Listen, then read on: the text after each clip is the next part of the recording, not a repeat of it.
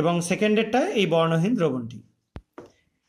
এই দুটোকে at a time আমি যোগ করছি দুটো পৃথক জিনিসের মধ্যে। তো সবাই লক্ষ্য করো,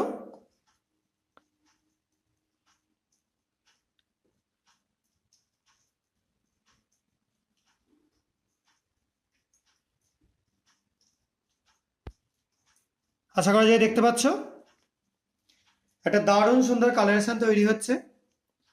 প্রথমটাই যেটা যেটা এই সাইডে রয়েছে, এটা তোমরা রেডিশ একটা কালারেশন দেখতে পাচ্ছ। আর এ পাশে যেটা রয়েছে সেটার মধ্যে একটা বিশেষ টাইপের নীলাভ সবুজ, অথবা তোমরা প্রুসিয়ান ব্লু কালারও বলতে পারো, সেরকম কালার দেখতে পাচ্ছ। তো এই যে জিনিসগুলো হলো বা এই যে রিয়াকশনগুলো হচ্ছে, এর পেছনে কারণ কি সেটা এক্সপ্লেন করবার আগে আমি তোমাদের একটা গ্লাস ড্রপার দিয়ে উপর থেকে কিছুটা সলিউশন তুলে নিয়ে নিচে রিলিজ করে দিয়ে দেখাচ্ছি। দেখো কালারটা আস্তে আস্তে ছড়িয়ে যাচ্ছে।